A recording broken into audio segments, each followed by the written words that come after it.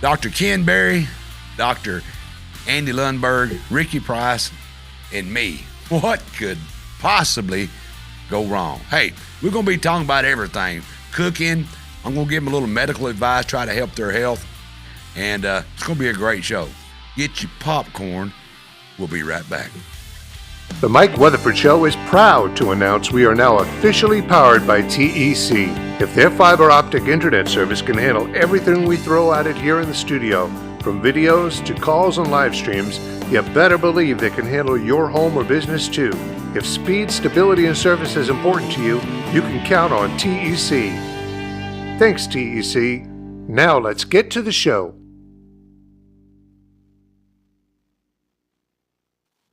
Recorded live in the studios of Brewer Street Mafia. This is a Red Dog Fred production.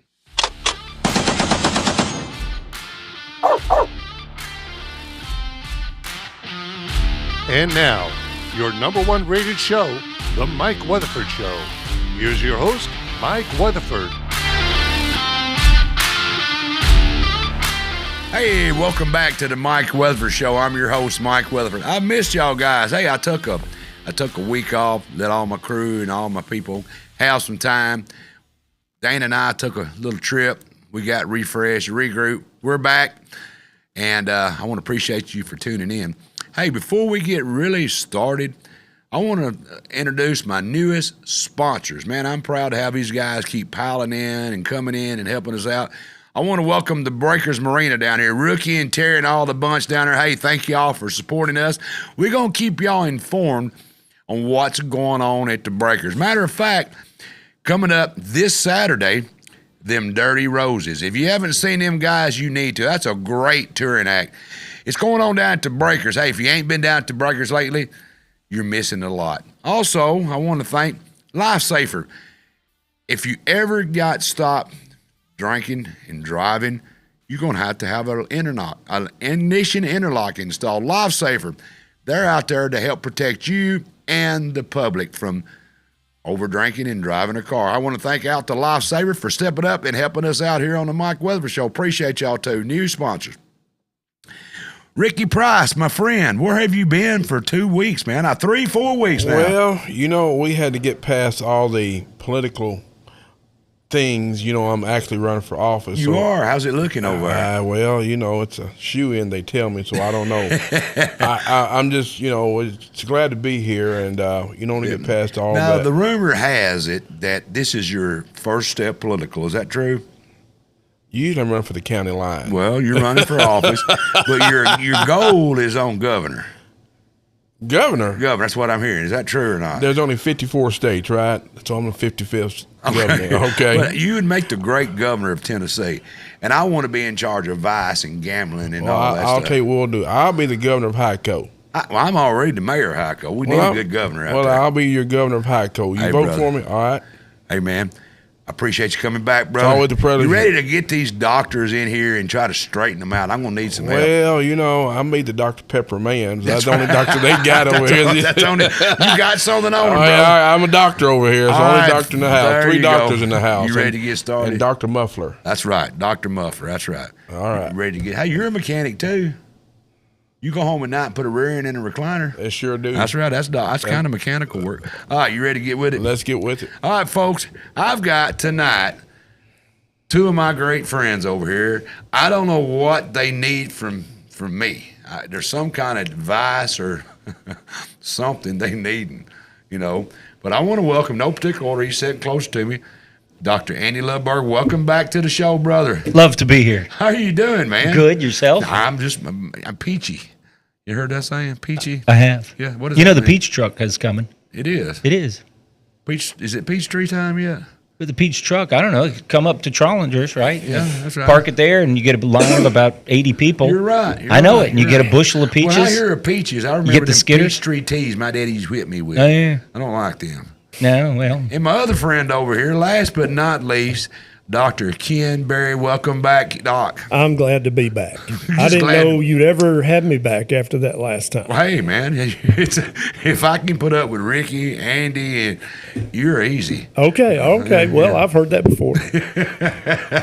How you been doing, brother? If I was any better, I'd need a special permit. You would, wouldn't you? Yes, sir. You'd finer than a hog, and then frog hair split 3 ways. That's right. That's right. Well, welcome back, my Thank friend. you, sir. So, here's the question for y'all two docs. What in the heck are y'all doing in here tonight? What are we going to talk about? You want me to start? It don't matter. I throwed it to y'all. All right. What are you needing? Well, we talk off the record. Okay. No tattoos, right? No tattoos. I got no tattoos. Leave it alone, right? We talk, and bear that one. And you said you were having Dr. Ken Berry. I said, I know him. I've known him for 30 years now. Yeah. When we were at UT, I was either a 2 or a 3. I can't remember what, but I mean, we're talking 30 years ago. So he was one of my students, and he kind of went through his system, and I went through mine. And then one day I was up here, and there's Ken. And I was like, wow, small world. So although there was a lot of people in the region who were from UT. So y'all two kind of knew each other back in the day. Mm-hmm. Yep. Wow. Yeah, he was 2 years above me, and he taught me lots of basic surgical technique and surgical kind of philosophy, the whole philosophy of surgery, because, much of modern medicine is paradigm and philosophy. It's not just technique. And so, I was young and dumb. I was either a fourth year medical student. And when he says a 2 or a 3, folks, that means he's either a second year resident or a third year resident. What does resident mean? So after you graduate medical school. Right. And when you're in medical school, you're either an M1, M2, M3, or M4, depending on what year you're in. And then when you graduate, you become an intern or an R1. And then after you finish that year, you're an R2. And then I did an accelerated family medicine residency. I combined my 4th year of med school and my intern year in the same year. So I was done after 2 years of residency, where most family docs it takes them 3. Right. And you did 5 years and then a vascular. What did you do? Yeah, mine was. I took the long way. So I was going to be an academician. I mean, that's why I taught. Listen, what? I was going to be an I was going to teach. He was going to teach doctors. Let me tell you something. So Remember, I taught him one night after this guy got shot with this shotgun how to pull all these pellets out of this. And then he had to go down to the private personal parts and pull some pellets. Remember that? There was birdshot down there too. See, it all seems to come around, doesn't it? Full circle. So we got right to the nut cutting, didn't we? Yeah. So I was going to be Literally. I was going to be an academician. I was going to stay in the academic world. Teach him how to pull buckshot out. I actually just made that up, but he did have that story. I was just fooling. In any case, I did 2 years of residency, surgery residency, and then I went into the lab for 2 years, preparing myself for the academic world, to be a professor. Yeah. And then after that, I kept, during this research time, I saw a lot of stuff that I either did or didn't like, and I didn't like the academics. I said, I want to take care of people. So then when I went back into my 3rd, 4th, and 5th years, 7 years, right? Because we still are required to work during those 2 research years, right, at the trauma desk. That's when I did that Trauma Life in the ER thing. Yeah, that's why they loved me. You made a movie. Did you see him on right. that TV show? I've made a few movies. Yeah. In any case, once I did the 7 years, and at the end of it, I'm thinking, what am I going to do? But I had kind of thought, I think I want to do vascular surgery. I knew a lot about it. I felt good sewing on really small things. So I got my second board in vascular surgery. So it was really 8 years of, I can't even put up enough fingers, 8 years of residency, and then came here. Wow. How long have you been in Paris? Since 2003. Wow. 2003. How long have you been practicing? I've been practicing almost 24 years. I came to Camden as a as a second year resident. I was moonlighting in the emergency department in Camden, at Camden General. And so I would work a full shift in Memphis, and then I would get from St. Francis Hospital in Memphis to Camden General Hospital in 90 minutes. That's how much, and I had a little black Audi 100. And let me just tell you, that thing, I would set the cruise on about 105 because the doc in the ER in Camden would leave at 7 p.m. He was out. He was not staying for they called me the student doctor because I was still a resident. Mm-hmm. And so, I had to get there. And so I was a doc in Camden in 2001. Let me ask y'all two a question here. You know, I've been an auto mechanic for 40 years. Y'all are still practicing. When are y'all going to quit practicing and start doing your job? Y'all are, you got to practice, and you got to practice, right? That's what you said. Yeah. What the hell? How long do you have? You've been doing how long? You still practicing? Love it. No, I'm serious. I mean, I love operating. You do. Buddy, in just a minute. You and I was doing something. I don't know. It was down at the Breakers, I believe, and something. And someone walked up, and I knew them, and they looked at me, and I said, "Hey, how you doing?" I said, they was patting you and hugging you. Does this man save my life? I'm not going to say the guy's name. And seriously, do you remember that? Mm-hmm. Do you get that a lot? Do either one of y'all get that a lot? You do.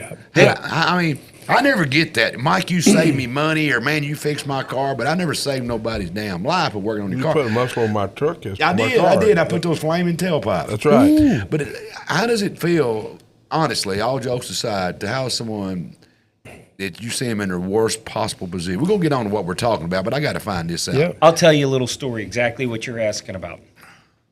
It was my second year here. It was 2004, and it was the night of the National Wild Turkey Federation. Right? So I had gone there because I was a sponsor, and I remember thinking, well, I'll probably stay for a while. I don't know if I was on call or not on call. Probably was, because I always was. It was either me or Dr. Boyd. In any case, then we went over, I don't know, some like post-party thing. And I don't know why, but I just kind of knew that they were going to call me in. I'll be dog. They called me about a ruptured aneurysm.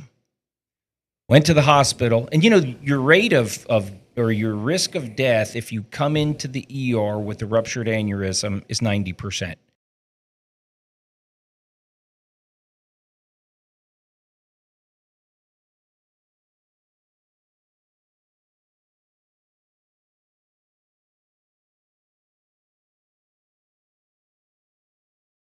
Stories too, don't you? Yeah, so many. And I save them a little differently than Andy does. He saves them with his hands and with procedures, and I save them with, hey, your A1C is currently 10. You are a walking heart attack, okay? You're going to lose a toe. You're going to go blind. You're going to have kidney failure. We got to fix that. And so same thing. I teach them, and then they basically fix themselves, but then I get a little credit for it. Wow. By the way, there's more hemoglobin A1Cs of 10 that kill people than aneurysms. Really? That is Absolutely. huge. Absolutely. Okay. I don't know, but you know, when I go to the doctor, you know, you talk about you do it with local anesthesia. When I have my prostate checked, I want to be knocked out. Just knock me plumb out. I mean, what do you call it? Are you sure? Yeah, I guarantee you. I want out. Hey, we're going to leave it alone, Captain I want Kirk. the white water. It sounds like Cosby. Yeah. No, I just don't like that crap, man. I mean, I'm a doctor's worst patient because I asked a lot of questions. And they'll look at me and they'll say, okay, let me sit down and roll up a stool and let's just talk about it. I said, yeah, let's do that. Because I don't ask dumb questions, but I ask questions I normally don't get, like, what is the prognosis? What's going to happen down the road? What's this? What am I doing? Where am I at? And they finally just roll up and cheer. So let's just talk. That's good. I'm glad you do that. I wish more patients would do that. Really? And I thought y'all didn't like it. Well, I'll tell you, some doctors don't like that at all. I put mine to sleep so I don't have to do it. He just renders his unconscious. So if I come in, I immediately go get a shot, right? Okay, go ahead. But every patient should not feel intimidated to ask a question I or two ask. or three. Now, if you watch them commercials on TV, you got a little skin problem. Well, take his pill right here, but the side effects are sudden death, hairy tongue, your eye left. Water's good. My doctor he's retired now. He was a good doctor. Him and I was friends like we are too. And he'd say, Mike, water is good for you, right? I said, yes, but you can drown if you get too much. And I understood what he meant. Mm-hmm. And that's what I am. we all need to ask the questions. I want to know, I feel like that if I had to have surgery, I'd want this guy right here. He become a good friend of mine. And he's very passionate about what he does, and he's very smart, And I feel like you're smart.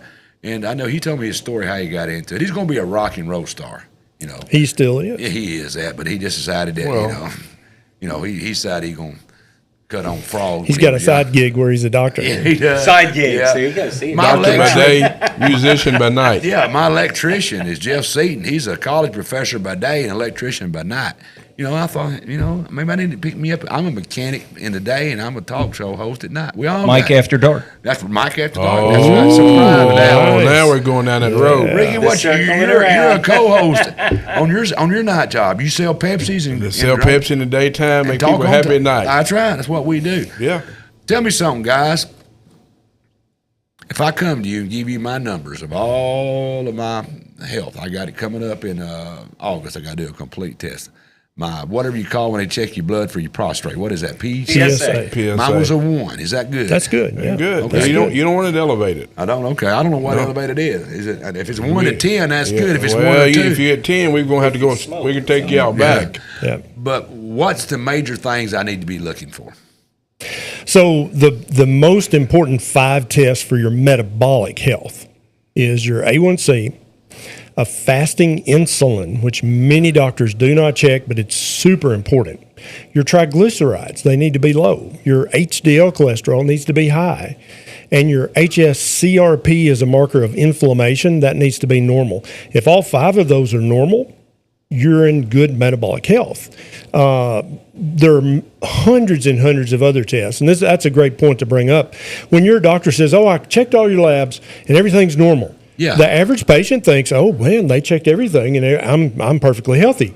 The last time I held a copy of the LabCorp manual, it was 780-something pages and every page had 1, if not 2 different lab tests on it, okay? So, number 1, your doctor did not check all your labs. Your doctor checked the relevant labs. You ain't got enough blood drawn out. That's right. You don't have enough blood for all of them, and it also would cost $10 million to check all your labs, and you don't need that. But a lot of docs neglect to check very important labs like that fasting insulin.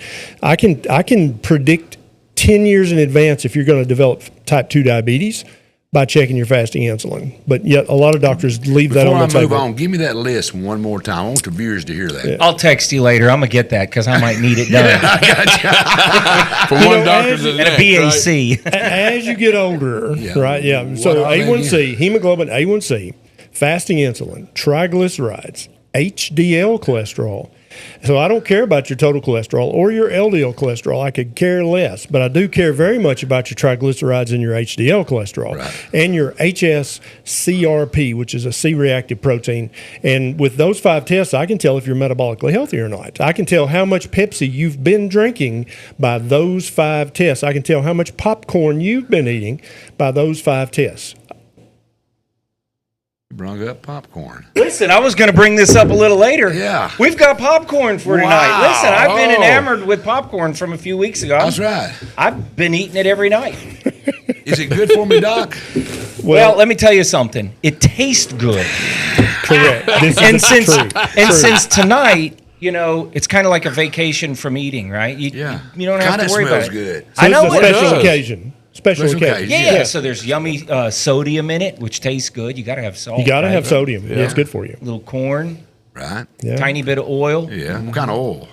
Ooh, I don't know. What kind of oil? We're going to get over that, right? Yeah. It's whatever's in that bag. Is this Orville Redenbacher or is this something else? It's whatever my bride gave me. Yeah. Gotcha, She's there. gotcha. Pop is.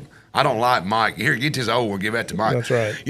I feel like a theater with the popcorn going on. There you go. Don't you, Rick? Whoa, Lord, we are to do yeah. I know it, tonight. right? Hey, everybody at home, watch this tonight. There you go. That's there. Bring out the Diet Pepsi. Yes. There you Listen, go. I got Or more the food Pepsi later Zero. on, too, and I'll tell y'all all about that. Do what now? I said I got more food later on. We're you talking do? about We cooking are- tonight. we Who are. cooked this popcorn? So, Tonight? Yeah, tonight's food night. Yeah, tonight's food night. Who cooked this popcorn? It smells Yeah, like I cooked it. He did. I'm not afraid to I'm going cook. to change doctors. Yeah, go train doctor. That's right. You know, that's what I do. I find a doctor that agrees with me. Mike, you're healthy. Hell, that's what I owe you. Yeah, I'm not gonna sit here and tell you, and he might tell you the same thing, but I have a certain diet, and it's not the seafood diet. It's the diet where I eat well on the weeknights, and then on the weekend I play hooky. Mm-hmm. It's just the way that I do it, and I feel pretty good about it. I'm a meat and three eater, Doc. So y'all tell me where I'm wrong. I like my meat. I like my bacon. I like my beef. And I'm going to have them about every day if I can get it. Good man. I love it. I love mashed potatoes. I love cornbread. I love biscuits and gravy. I like all that stuff. You like food? Yeah. And I like country ham. Now, are you going to be opening up my arteries for me eating all that, Doc? Let me ask you this. If you could never eat any of that again, how would you feel? What's worth living? So now that's part of, the other question. I mean, am I just going to sit around and drink water and antioxidants for the rest of your life and be happy about it? Nope. Well, let me tell you, I could live to 98 eating that back stuff. in the early 80s, I was working at another shop here, and I would go eat lunch. Eat meat and threes. That's what we always have. And I was reading an article, either the Tennessee or Commercial Appeal. This guy was jogging down the access road in Nashville, one of the little side roads. So I figured he was kind of healthy, right? He's out jogging. I would assume that he eat well, right? Wouldn't you assume if he's going to jog, Sure. he done all the right thing? Well, those sand trailers, those big old 42-foot-long trailers they pull behind 18, we got the big spare tire hanging on the bottom. Well, it come off there, hit the ground, rolled over, and killed him. So he's just as dead as I was sitting up there at the restaurant eating a hamburger, having a heart attack. We're both dead. He got killed by a tar, and I got killed by something I wanted to do. Look at all the hamburgers and grease that he missed. But he's dead. Just because of that tire, he missed all that. Missed it all. Yeah. So I'm going to go with you. I told you my kind of a diet. I don't like fast food. I'm not a fast food eater. I'm a meat and three guy. I like my potatoes. I know they say that's not good for you. I don't know. I like my corn on the cob. I like my tomatoes. Last night, Dana made us fresh out of the garden tomatoes. She made us some bacon and put it on lightly toasted bread, and Fat Boy was in heaven. Is that going to kill me? Well, none of it's going to kill you because, there are acute poisons that will kill you immediately.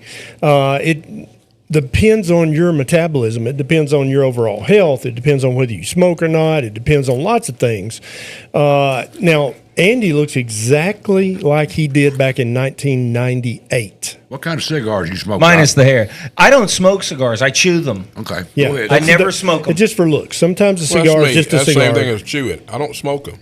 Yeah, I'll get one out there. I'll chew it. Feels like Telly Savalas or Clint Eastwood. That's right. Yeah, yeah. That's a stogie. Somebody said, you're smoking that cigar. It's just laying there. So if he's this size and shape and his 5 labs are optimal, there's some people who can eat whatever they want. I played basketball with a guy in college who lived on, I kid you not, Doritos, Ding Dongs, and Pepsi Cola. That's literally, and he was had an 8-pack, not even a 6-pack. He could dunk every kind of dunk. He just would mop the floor with me. That's genetics. Come on. Well, right. And I train boxers. They're genetics. You understand. So part of it is genetic. Some people like me fatten very easily. And I don't know if you ever saw me when I was 297 pounds and pre-diabetic. And so that's where all this food talk came from, is I had to fix me because in Benton County, ain't nobody wants to take their car to a mechanic whose car won't start. Yeah. Because that'd be dumb. And you also don't want to go get health and nutrition advice from a fat diabetic doctor. I've had it, but go ahead. You see what I'm saying? I didn't feel comfortable. Right. You're looking at his belly going, wait a minute, what'd you tell me? So I had to fix me, and this way of eating is how I fixed me and how I keep me fixed metabolically. And I hang out at about 225 now, which is, for me, I love it. It's perfect. I'm 6'2" right now. I'm 236. Yeah. When I was working out heavy, I was 6'2", 285. Yeah. Not a lot of fat. My body mass was lower than you would suspect. I was always a big guy. I had friends of mine that I've noticed. John, he's probably watching, my cousin. He's not even as big as a second. Probably 130 pounds, about 150 now. He's had so many heart attacks. He had 15 heart attacks. Listen, 17 stents. Yeah, God. And a triple bypass. Wow. And he's skinny as a rail. And that's a great lesson for everybody listening. You can be very metabolically unwell. You can have severe type 2 stuff. And he said his body naturally bypassed. He had blockages and his body bypassed around it. He was a big guy. Does bigger people tend to have more blood vessels, or does that doesn't matter? No, we're naturally made with bypass conduits. So if your heart, you're looking at that, you got your right side and your left side. Right. And so you got a multitude of arteries that run around the front and then a multitude of arteries that run around the back. If the back side blocks off, which it can, the front side slowly creep around over years while the back side is blocking off. Makes a natural bypass on its own. And there are people who say, well, they told me I had 100% blockage, but there's nothing to do for it because it took care of itself. That's what that means. Right. Same thing with the carotid arteries or the leg arteries. There's some end organ stuff that you can't have that. Someone named Margaret said Dr. Lundberg is awesome and the best. I consider him one of my heroes. In addition, he's stubborn, sarcastic, great sense of humor, straightforward. I want to hear awesome and the best again. Well, I'll add that if it makes you Go feel back to better. the beginning. She says it. I'll read it again. Margaret says Dr. Lundberg is awesome and the best. I consider him one of the heroes. In addition, he's stubborn, sarcastic, great sense of humor, straightforward. She says that's just some of the things she loves about him. Nice. I keep it real. Sometimes keeping it real goes wrong. somebody asked before we get to talking about cooking, which we're gonna run out of time. We've got to go to. Thank cooking. you, Margaret.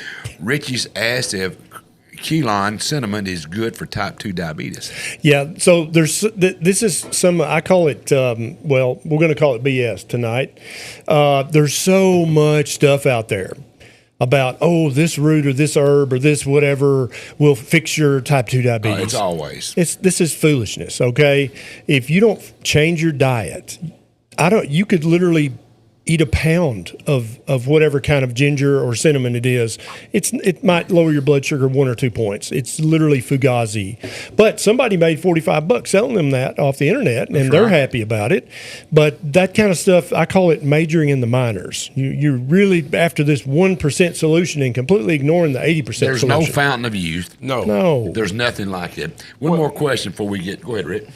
Back in the early days, you remember this. Remember the sassafras root? Oh, yeah. Yeah. So That's that one they dig all the time now out there in the woods. Yes, and they made tea with sassafras. Sure. My grandparents, they lived with sassafras. They said that keeps the keeps you healthy. I got A lot of it's up here too. You're right. If you think you're healthy, you probably are healthy. I have numerous sassafras trees on the farm. I save them. Ginseng. They smell great, but so all that stuff. There might be some medicinal use for it. Your parents are probably right. A lot of the old wives' tales and a lot of the old kind of mountain medicine stuff. There's actually something to it. Sure There's several FDA-approved drugs that came from somebody taking a root or an herb and then getting the active ingredient out. My mother was half Choctaw. My grandmother was full-blooded. And if my mother was raising me today, from 2-year-old up, she'd probably get arrested because some of the remedies that she used on me, Bruton snuff. Oh, that's it. Cigarettes. And peyote. Yeah. Smoke. Wall it was everything. Yeah. And if you had back in the day, you'd get kids would scratch and you'd get that infected on that mosquito bite. She said, "Come here." She'd take a cigarette. She didn't smoke. She'd puff it. She'd stick that cigarette to that, and I'd be dancing, squalling, screaming. Wow. And then she'd say, "Tough love." We knew how to doctor burns. We didn't know how to doctor infections. Right. My great grandmother would put kerosene. Oh yeah, great. My daddy on a cut. Dad had black tape. My daddy could fix your open heart surgery. What about castor oil? I'd mash my finger. Back in was coal oil. We called it coal oil. Coal oil. That's right. That's It's different. Yep. My father said, I said, let me see it. He'd dip it down in that coal oil, then take that old black tape and wrap her, get on back to work. You ever use Hell, it wasn't even kerosene sore. in the OR? Ever use kerosene? No. We would Get talk you a about bucket up there. turpentine. Get you a bucket of that kerosene up there. Yeah, diesel fuel. Now, diesel's nasty. Yeah. It's got all kind of But chemicals in it. turpentine, Yeah, diesel's a little nastier. But I'm going to tell you, once you stick that kerosene or coal oil, I don't know the difference in it. I'm sure they've changed the refining process. But it would make stuff that normally would be sore, like a burn or a cut. It wouldn't have no soreness to it. And very seldom would it get infected. Probably killed all the nerve endings and the bacteria. Sure. Yeah. Well, Dad would just wrap it that black tape and had that glue on it. I don't know, some kind of healing stuff in there. I guess it's part of the healing process. One more thing. Somebody wants to talk about 33% of the people that can't eat carnivore diet. What are their options? So there's nobody who can't eat a carnivore diet.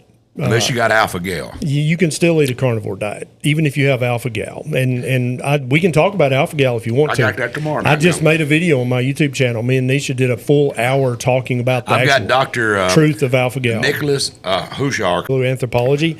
The food that we can document and verify that humans have eaten the longest is meat. Well, sure. Okay, so it's not corn, it's not grains, That's it's not why wheat, our brains it's none of grew. that. That's exactly right. Yeah, Fatty meat. That's right. My mother, she didn't give it to me much, you can tell that, but she made me do it to my kids, and they're all pretty smart. She'd hold some of that fat off that meat and let the kids suck on that. She said, you got to do that and your brain won't grow. Absolutely. And I know that's crazy. She really said that? Yeah. That's great. She said it wouldn't. She said, if you, tastes good, too. It does, but she's holding my children, and they're all real smart.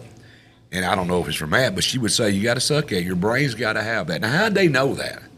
So many of the old wives' tales, and then also kind of the ancestral knowledge like that, humanity, this is the longest running experiment that humanity's ever run. Is you live out in the woods, there's all these plants, paint it, at least look for an active ingredient, at least, take it to paint it, at least look for an active ingredient, at least, take it to the lab and play around with it. Aspirin comes from the bark of the lab and play around with it. Aspirin comes from the bark of a tree. An old woman, when she died, had all of her teeth. Yep. It's just amazing. But just think that they tried chewing on the bark of every single tree, but then they figured out, yes, of course. But then they figured out that one tree, that ankle brain didn't hurt it nearly as bad after I chewed that bark. Figured out that one tree, that ankle brain didn't hurt it nearly as bad after I chewed that bark. Then you tell everybody in your tribe. Then when you go trade with another tribe, you tell them. And before you know it, the whole world knows you chewed the bark of that tree. Or it was ancient aliens.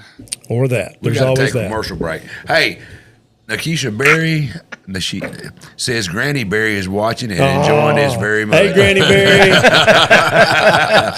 All right, we got to take a commercial break. When we get back, these two are going to tell me how to cook, what they cook with, what they eat. We're going to get into the whole thing while I do some more theater. Theater We'll popcorn. be right back.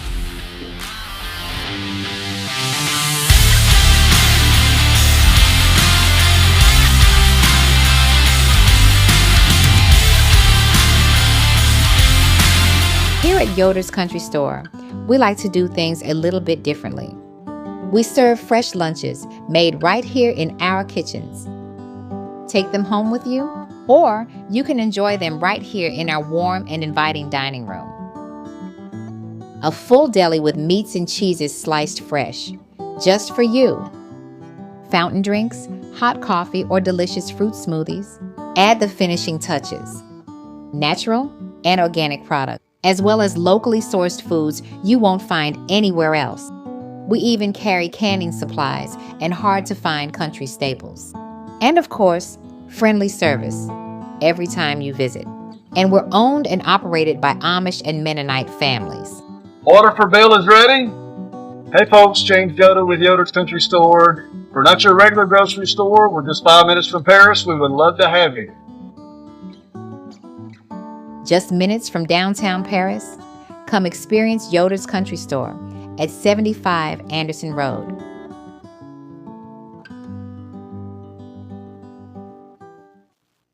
After a drunk driving arrest, the last thing you probably want to think about is installing an ignition interlock device. We know the state requirements can be confusing, and you are being hit with expenses left and right. No matter where you live, we will walk you through the process one step at a time and help you to find the exact equipment you need at the lowest possible price. From your first call to the day you celebrate the completion of your requirements, LifeSafer is there to simplify the process and help you get back to your life. This weekend, don't just stay home. Head to the Breakers Marina. Enjoy live music and stunning waterfront views and amazing food, all in one incredible atmosphere. Whether you're docking the boat, grabbing dinner with friends, or coming out to catch the next big band, the Breakers Marina has become the place to be on Kentucky Lake. Check out the upcoming entertainment schedule at thebreakersmarina.com, and we'll see you at the Breakers.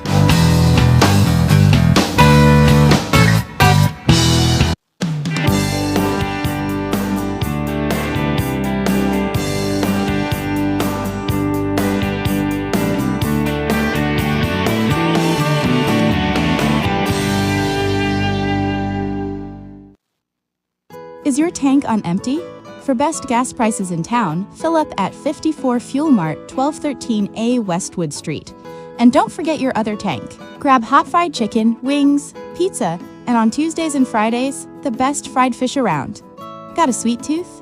We've got freeze-dried candies, candy bars, and more. Rainy day? Stay dry and use our drive-up window.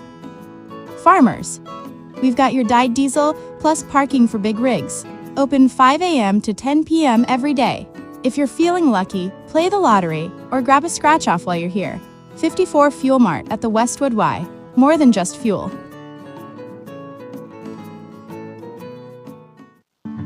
The Downtown Event Center is available for parties, meetings, or family get-togethers.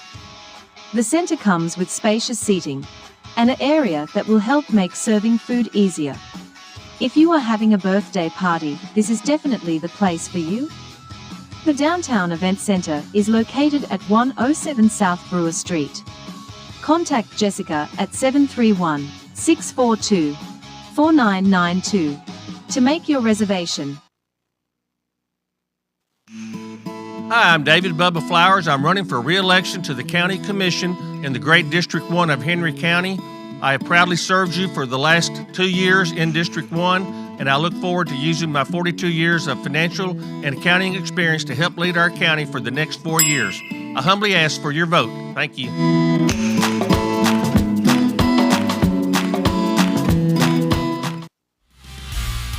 All right, folks, tomorrow I got a special edition show I want you to tune into.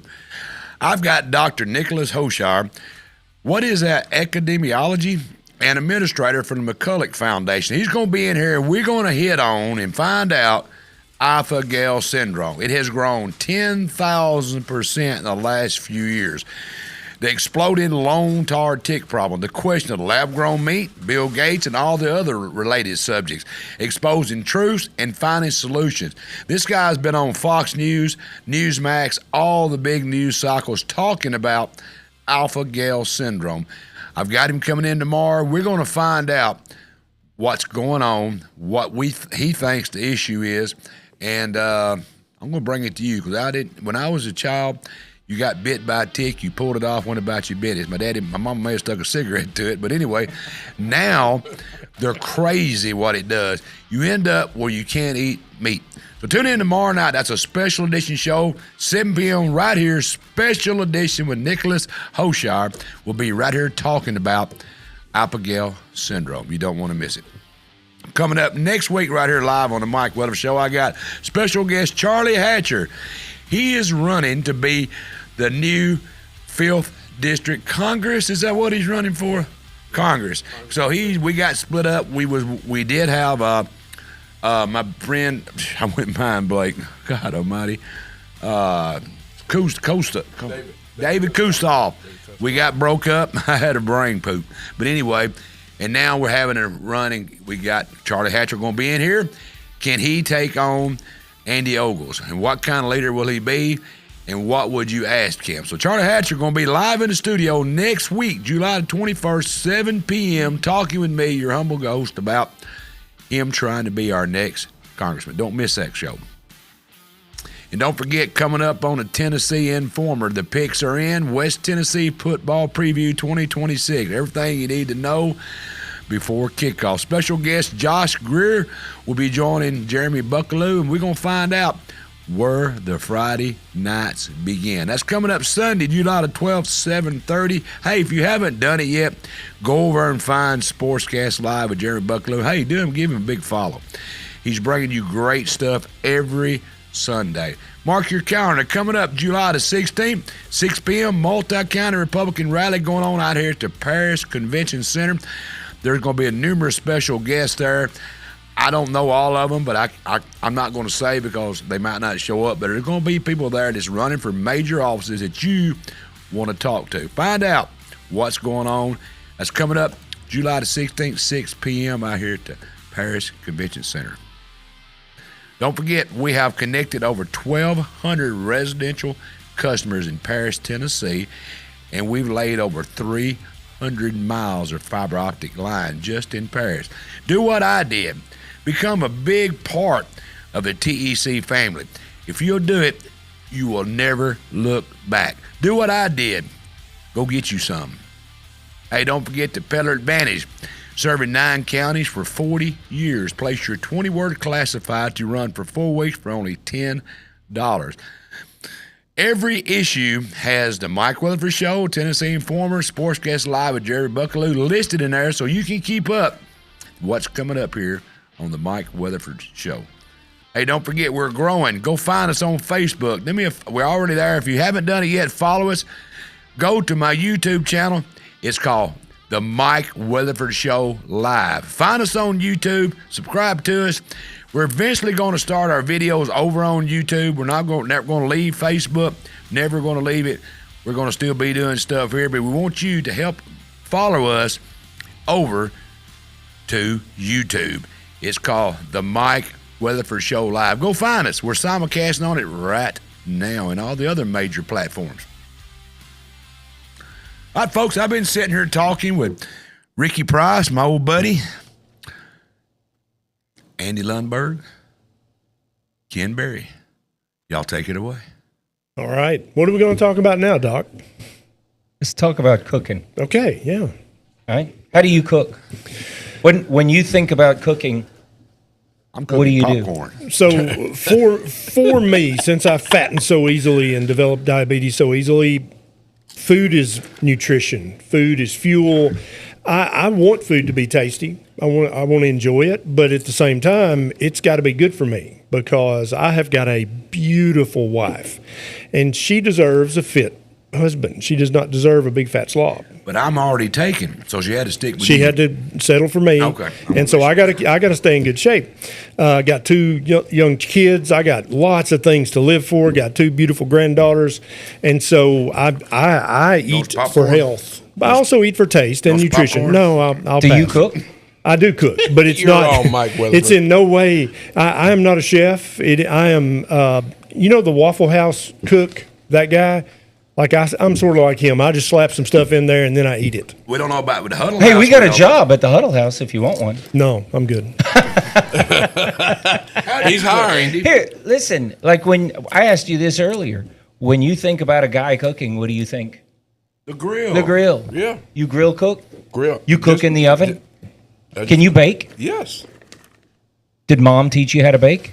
My grandfather taught me how to cook. See, I'm gonna tell you, and that's not a huge skill. No. I mean, I had to learn how to do it. I used to grill, and you know what happens is you're young, you take a piece of meat, and you're like, well, it might be done, and then you chop it in half, and you're like, that is frozen still, and you become, y'all know you're laughing because you know that it's true, and then over time you kind of figure it out. So you cook on an actual grill. Yes. You cook on a smoker? Can you smoke? Yeah, 'cause I've got a grill, and I do it the old-fashioned way with coals and wood. Yeah. We've got a big fat grill, smoker coming in the mail. Just ordered a commercial grade. Love it. Smoker, yeah, and so we do a lot of grilling. Nisha usually does the grilling because I don't suit her on the grill, and that's fine with me. And so I make a YouTube video, and she grills the meat, and then we all eat together. We use the oven, we use the stovetop, we use the grill. We're going to have a smoker. I'm so excited about the smoker. Do you I know you smoke, but do you smoke? Yeah, he's a freight train. I thought you were going to ask if I smoke after sex. What do you smoke is the question. He goes Metropolis. Did you see the hesitation? Well, I smoke Marlboro Light, but I thought you asked me if I smoke after sex. I was No, like, I don't know. I've never looked No, to see. that's Mike after dark. I've never looked to see. I don't know. It's possible. It could be. I grill. I've got big smokers over at my hunting farm. It's all done with slab wood. Oak, a little bit of hickory. Hickory can make your meat bitter if you ain't real quick, easy. See, now those are the little things. You know, it's a science to cook, It is. right? I mean, so I was taught, And I make liquor. and that's a science too, right? I mean, all of that is scientific. But So- I use it for gasoline. Yeah. Farm fuel. Farm fuel. Right. What oil do you use when So- you cook, right? And this is a really important because people go, well, should I use seed oil or should I use canola, which is a seed Olive oil, oil. or should I use olive oil, which has a low, flash? The only cooking fats we have in our house are butter and bacon grease. That's bacon grease is good. And lard. Yeah. I'm yeah. raised on lard. Yeah. And we have beef tallow, but it's kind of it's bland. I don't really use it to cook with. It ain't the same. No, it's just not the same. No. Bacon grease is magic. Yep. Yeah. It is. It cleans car. It's good on lacquer paint, but that's a different story. Go ahead. It's good in my belly. Yeah. It is good for lacquer paint. But if you know what lacquer What oils do you use at your house? It depends on what I'm eating. And I don't know if I said this before, but, and I'm not going to sit here and tell people how to eat, but the way that I eat is on Monday through Thursday, I try to eat well. I don't sit around and count calories, but I drink water. I don't drink sodas. Sorry, Ricky. I drink water every meal. I have water. Yeah, I drink water. My wife thinks I'm crazy because I don't drink anything while I eat. And I don't either. I drink water. I do not drink sodas in my house. I mean, I don't. I drink water. That's pretty much what I have. My coffee in the morning, and I'm a coffee snob. Oh, love the coffee. So I have a very particular way that I do it, and I've gone through all sorts of coffees. I drink water, and then on the weekend I might have a beer or two, right? And there's nothing wrong with that. And during the week I'll try to eat well. You know, you look at it. I might have a meal, and then I might see some chips. I'll get beat here in a minute, and I'll eat a few of them. But I rarely do that. Now on the weekend, anything goes. Everything goes. So it's this kind of manic. What do you weigh? 193 this morning. You're about 6'3", ain't you? I'm 6'2", and I wish I could lose 5 pounds. But I'm 28 and a half. I just had a birthday. And speaking of that,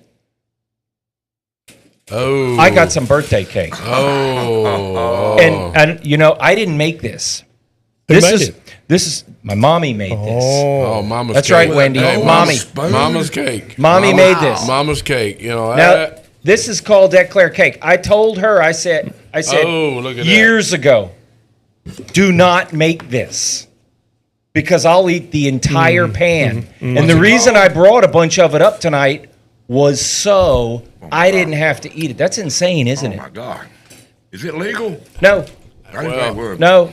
I can tell that's divine. I can tell. You got to have at least a bite. I'll try a bite. Jesus Christ. This would be like my favorite cake. There's a reason why I told her to quit making it. Isn't that Your good? mother made this? Yeah, Mom. Look here. This is divine. That's Miss Ellen. That is. And See, a gold spoon. Listen, she's a baker. She does baking, and she's a good cook. Man, I did the grilling. I always grilled, and then she kind of taught me how to make these like Tell little me things. how you cook. Okay, so it depends on what we're going to eat tonight. I used to cook for a whole lot of people until they all, moved out. But I'll say, okay, what are we going to eat? We come to your house. All right. I'll bring a camera. Me and Kenny and Ricky pop over at your house. That sounds like a good show. What would I make? Make a show. It We're is. eating at the doc's house today. All right, so here's what I would say, and I'm not going to go, all right, let's have prime rib. And I'm not like that. I like the center cut pork tenderloin. Mm-hmm. You get 2 of them in a slab. They're like $10 at Kroger's on sale. Yeah, that's well. And also, if you marinate them right, and I do it in the Black Oaks. It used to be Black Oaks Company, but Allegro bought them. So now that you get the big gallon of it, lasts you 2 years in the refrigerator. Marinated in that. I mean, that is one of my favorite meals ever, and it's not that bad for you. Pork's not bad. Absolutely agree. And I cook it on the grill top inside, not outside, because it doesn't have a smoke or a charcoal flavor. If I want smoke or charcoal, I'll go outside and I'll do brisket or ribs. You cook brisket? Absolutely. That's I can grill anything. I have a hard time. I can cook it. and it's pretty good. Everybody says it's good, but I struggle. Listen, it's a 13-hour ordeal. Oh, yeah, it's crazy. 12 hours. It's a 13-hour Yeah. ordeal, and I've got a That's pit. a case of beer. I've got it. I'm not sure I've ever drank a case of beer. It takes That's me a what I week. tell them when we're cooking at the farm. They say, "How long is it going to take?" I say, "I see all that beer over there." No, I don't drink beer, but I do bring it for the guys. It's going to help me because if you get them drunk, they'll stay up all night and keep the fire going. Well, all I do is, I'll start it at about 5 o'clock in the morning. And then at 6 o'clock that night, you take it off. You just let it sit for a little bit, and everybody's coming over and mingling and drinking. You know what's tough is ribs. It's hard to cook a good rib because look, if you cook ribs for a show, like those cooking shows, you got to tug the meat off. Hell no. When I grew up, my mama and my daddy cooked them. You stuck the bone in your mouth, done that, and throw the bone to the dog. Wasn't none of this biting it off of it. They don't do that no more. That's how I like my ribs. Well, come on over and I'll cook some for you. We're going to do a video. We'll do it. How do you cook? Tell me what you would feed us and how you would do it. What are you going to feed us? So I would, first of all, I just want you to talk while I eat some more of Mama's pie. Please eat that. Mom will enjoy that you're eating it. She'll go, wait a minute, that was for him, not them. Huh? For me, not y'all. When was your birthday? The 12th. Of July? Yeah. We're close. Mine's the 4th of July. I know it. We talked about that. That's right. That's pretty cool. We're awful close. That's right. So I would say I would do a pork tenderloin, right? And then I would probably have those little tiny new potatoes cut up into eighths, and I use an iron skillet, an old one, superbly seasoned. Oh, I've got a bunch of them. And I got a bunch of them. In fact, I've got one that's, I don't know. It's useless. 22. No, Can't use it. 22 inches I've across. got two of them. And big. I love it. We got one hanging on a cabinet down there. It take 3 people to hold it. Yeah, what because the it's hell that you heavy. going to do with it? Well, if you got a bunch of a bunch of people, Yeah, then that's what you need. So, and if you're cooking a potato, a little fine potato, you want each one to have just a tiny bit of crisp.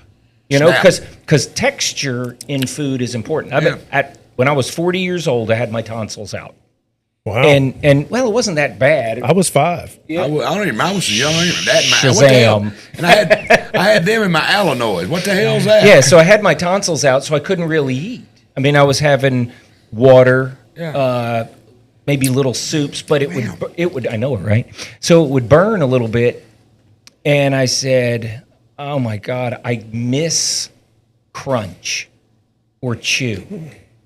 Just drinking stuff is miserable. That's an awful diet.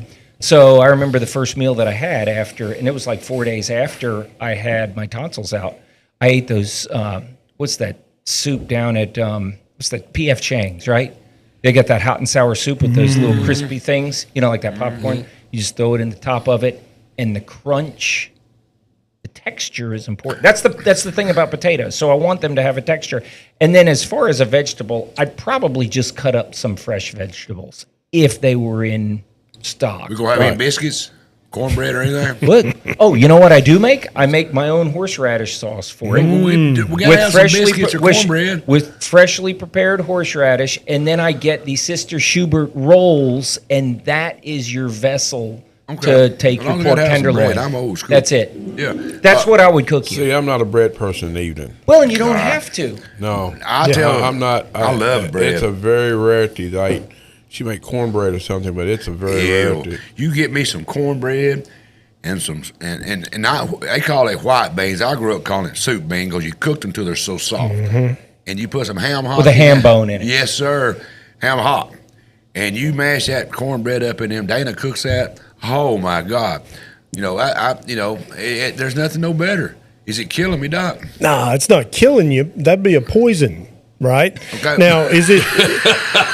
Is Dana poisoning me or she No, helping me? I mean, I don't know, but it might be a chance, The right? beans are not the problem. I mean, so what happens to your blood sugar? 30 minutes, an hour, 90 minutes after that? I got no damn clue. Right. See, that's the problem. A lot of people. But last time I had it checked, my blood sugar was 80. Is that good? Oh, that's great. Yeah, a lot of people need to know. Some people don't need to know because they get their stuff checked twice a year. It's great. They don't have to worry about it. Some people have to worry about it. I mean, if I come to your house, what are you gonna cook me? So I've been in love with pork butt steaks. which is a big slab of pork. It's like 4 different muscles and then a bone. I don't know where it comes from in the hog, but You said his butt. Well, I'm sure it's somewhere on the back end, but I don't know the exact location. Boston butt No, is a shoulder. no, that's right. Right, that's correct. That's right. And so Nisha loves to grill, and she's great at it, and I let her do it. And so we'd probably have ribeyes and pork butt steak, and then we'd have throw some hot dogs and hamburgers on there too, if we're cooking outside. Now, when we get that smoker, all bets are off. I don't know what we're going to be doing, but there's going to be meat smoking all the time. You can't go wrong with pork. I mean, there's nothing. We used to kill hogs when I was a kid, and we'd eat everything but the squeal. 100%, yes. And let's be very clear for everybody watching, because there's one person listening right now that thinks that pork is not good. You shouldn't eat pork. It's bad. It'll raise your cholesterol. Yeah, this is foolishness, okay? Yeah. Any meat is a health food. Right. Pork is good for you. Bacon is a health food. Bacon is good for you. You know what I think? Y'all can correct me where I'm wrong. I think that pyramid, when this food industry made that pyramid, that they finally changed here lately. Mm-hmm. I think there was an influence from. It's documented. Yeah. I think you know what I'm talking about. I think it was influenced by maybe the food industry to Absolutely. tell you to have this much of this, that much of that. Yep. Well, damn, when I was a kid, you kind of eat what your mama gave you. We had pork chops, and it was always a meat and vegetables. That's right. Potatoes. And we had meat and corn on the cob, or and meat and vegetables. That is an ancestral meal. Yeah. Okay, and it's a comfort food. And so meat and 1, meat and 2, meat and 3. As long as it's not starchy and you don't eat bread, that's literally. So you're running. I got to have my bread. Just wait a minute. The meat and 1, that's a ketogenic diet. Meat and 2 is keto, low carbish, and meat and 3, that's a low carb diet. Well, that's literally, and a lot of people think, keto, that's some weird, crazy fad. Restaurants, it's meat and a vegetable. Y'all are both eating that at home, what you're talking about. Every day. Why don't these restaurants serve that anymore? You can't find a meat and 3 hardly. You got one restaurant, it's packed. Around here in town that you go in there, Ricky, you get a meat and 3. You can't make nearly as much profit as a restaurateur cooking meat and 3. You got to buy the stuff on the Cisco truck and throw it in the soybean oil and fry it, and then that's how you make your profit. Yeah, but when you go and you sit down like I did on the wall, I was in Montana deer hunting. I'm going to tell this story quickly. It's funny. And we walked in this restaurant, about 4 of us did, and there's this a restaurant, because you assumed you'd get what you wanted, right? There's a blue plate on the wall, and it said blue plate special. And I said, this is crazy, but this really happened. I said, and some of my buddies maybe watching can vouch for me. And I said, okay, well, what kinds of meat and 3? Well, I don't know. We don't know. He said, well, the owner, she's getting older now, and she don't want to work off you don't turn in no tickets. If you want the special, it'll be a meat. It'll be some kind. She made 2 or 3 kinds of meat. And she made a lot of vegetables. Is that what you want? I said, yeah, I guess. Hell, it come out there and you didn't like your corn. Hell, out to here, take these sweet potatoes. We swapped around. That's what everybody was doing at that table. Best food I ever eaten in my life. And we went there for breakfast, same way. You didn't call, I want to eat. No, you whenever you want breakfast, they brung you 1 fried, 1 scrambled, bacon, sausage, biscuits, and gravy. And don't ask them. You didn't ask. I just brought you what you get. That's my type of restaurant. Yeah, I loved it. I told Wendy I was going to open a restaurant like that. You come in, you get 1 sandwich. It'll be the best sandwich you ever had. Right. She goes, you're going to go out of business. I said, I don't care. It's good. Only the people who come in I want to talk to. Why don't we do this? We've talked about eating. Walter, Charlotte, Randall said, happy birthday, Dr. Lundberg. John said, Dr. Barry's the real deal. Come on, say something about me. Real deal. We're going to leave it. We'll just leave that and bury tonight. Why don't we do this? Why don't we get together and y'all 2 cook? Yeah. Y'all want to do that? Yep. That'd be awesome. So you want to do the quick meal? Or you want to do the case of beer brisket meal? Well, might depend on that. What I want to do is because you're a surgeon and you're very healthy. You're an MD. You're healthy. You're really into that health food. I want to see what y'all eat compared to me. And I hope that I've got my numbers from my doctor when I go in, my blood work, and I'm going to get you to write that stuff down. He's going to do all that too. I think that'd be a great show. It would be. Let's go over Weatherford's lab results. Right. Yeah, prostate exam results. We ain't gonna do no more exam. Wait a minute. We're gonna do the exam. We're gonna call Captain Kirk for you. We're gonna do what was something. that thing? We done Star Trek. Yeah, we done all that. We done Going all where that. no man has gone before. When you ask the doctor what to do with your pants, he says throw them over the corner with We mine. need a rec I'm done. Hey, get them gloves, okay? Hell no. When I said, what are you gonna do? I said, Doc, what I do with my britches? I'll throw them over the corner with mine. I didn't know.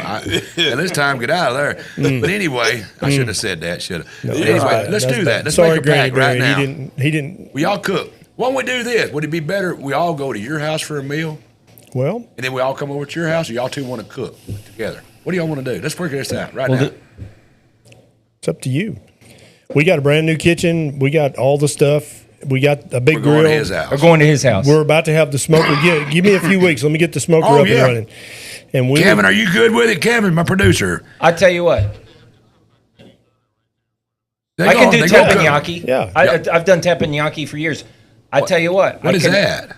That's the Benihana. Okay. That's a teppanyaki grill where Okay. you do the flash frying with the fresh vegetables. Oh, hell you yeah. You do the little onion with the Well, smoke. look, y'all ain't gonna give me a little. Oh, you can do the little trick with the train. Ding, ding, Y'all ding. ain't gonna bring me out them little old. Dana Chopsticks. carry me these fancy places every once in a while. She's trying to modernize me, and they bring me out some food they ain't even cooked. I said, look, dude. That right there is what we put on a trot line to catch catfish and throw in the grease. Y'all ain't gonna do me like that. Just get me hungry. Have to leave her and stop McDonald's, are you?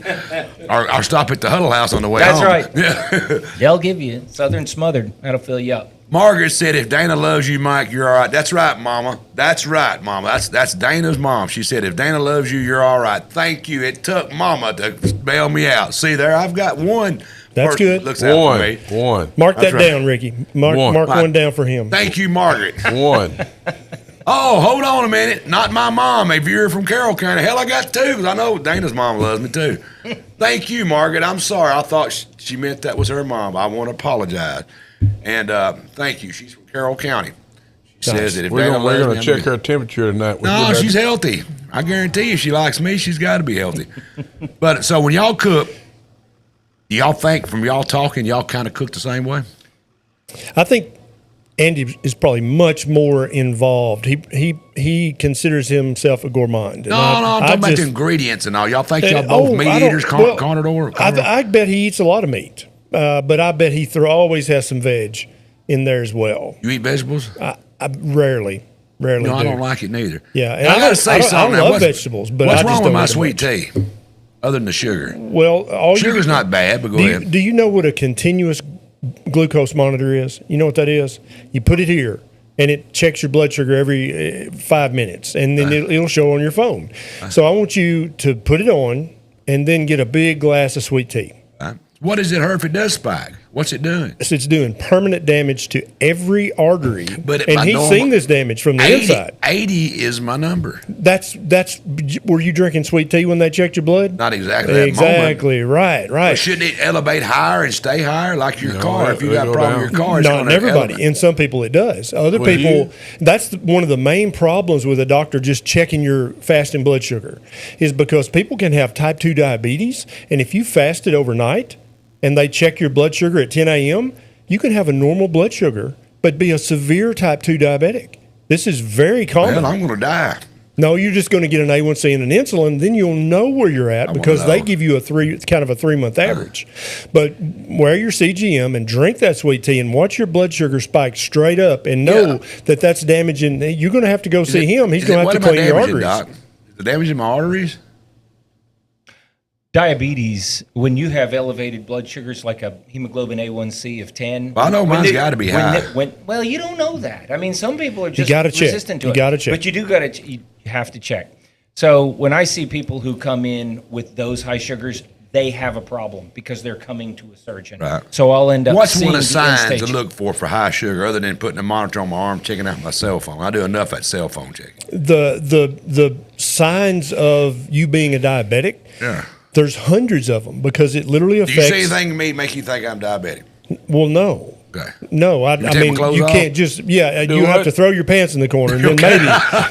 Mike after dark. Mike after dark. We're going to call it. I love it. Onlymike.com. That's right. Yeah, no, but so that's why we need blood work. We got to know. I thought it might be a symptom. Well, and there are some symptoms. And so let's say you go for a walk and you're walking fast with your beautiful bride. Right. And the more you walk, the more your calf hurts and it aches and it hurts more and it hurts more. And the more you walk, it hurts. And then you stop and sit down, it gets better in just a few minutes. Now, Dr. Lundberg's going to take it from here and tell you what that is and what he would do to fix that. Yeah, so what he's talking about are that the arteries start narrowing in your legs. Hardening the arteries, we used to call it. You get hardening of the arteries, PAD, PVD, you get that. And that's when they come to me, is when they have problems like that or sores on their feet. Diabetics need to be very careful about their feet, right? Eyes, the kidneys, the heart, the brain, all these little tiny blood vessels that go off to these important organs, they just start I don't have pruning much off. pain, but this is weird, and I'm being serious as hell. I don't have a lot of pain other than my shoulder from all them years of reason on my head. But my left buttock kills me. Right here, my chiropractor says I need just a massage. He don't think it's anything. It's right in my butt, right on the butt. I don't want to say, but ass. Does it hurt worse when you're walking and moving or when you're perfect sitting? When I'm sitting. When I can move around, I'm perfect. Yeah, that's probably a sciatic nerve. That's what he thinks, or something like that. I don't think it's a blood. Doesn't sound like vascular. And I tell you something, I was taught from the old doctors, and it's not gross, but it could be. They said if a man start losing the hair on his toes, he's got blood circulation. First sign. That's entirely possible. Yeah, it's one of them. If your hair doesn't grow, it means the follicle is is Dying of avascular. blood. But there's a few reasons, and now everybody's going to start looking at their legs and going, "Oh my God, I got no on hair." your toes. Everybody, take your shoes off and look at your toes. Right now, folks. While we're talking, jerk your shoes off, and your wife and your husband look at each other's toes. If you ain't got now, if you. Yeah, post the pictures on Facebook unless you're like Ricky over here and shave his toes. I don't think you still shave your toes. We go to a pedicure, a dog cure. What do you call it? But seriously, I was told that by, matter of fact, it was an Indian told me that. So, son, you got hair on your toes, you got good circulation in your feet. I don't know. Some of that why still can be true. I look at people's legs and their feet to see if there's hair there. Right. They come in and they complain that people think that they might have a vascular problem, and if they got hair growing off of them, chances are they don't. That's right. But it's not 100%, but it's a sign. Even if you do lose the hair, doesn't necessarily mean you got a blood flow problem. You can wear tight socks, and it'll kill the follicles, and then you won't have hair. Could be hormonal.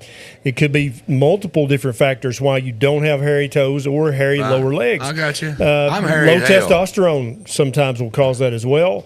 There's many reasons, but if anybody's looking right now, and they're like, "Yeah, I don't have hardly any hair on my feet and toes and but if lower you did legs," have it, you don't now. You probably need to come and let him do a venous Doppler or an arterial scan just to make sure your arteries are okay. Just make sure you cut your toenails. I don't want to be dealing with Fritos. I got you.